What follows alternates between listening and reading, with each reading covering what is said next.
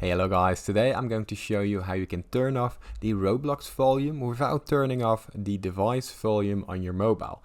Now, let's say you want to listen to Spotify or something else, for example, and you want to lower the volume of Roblox without lowering the other volumes. I'm going to show you. Now, the first thing that you want to do is open up your mobile device and head down into the Roblox application, as you can see. Now here, sign into the account which you want to change, and here go to the button right of your screen where more appears. Now here, scroll all the way down till you see the settings option right here.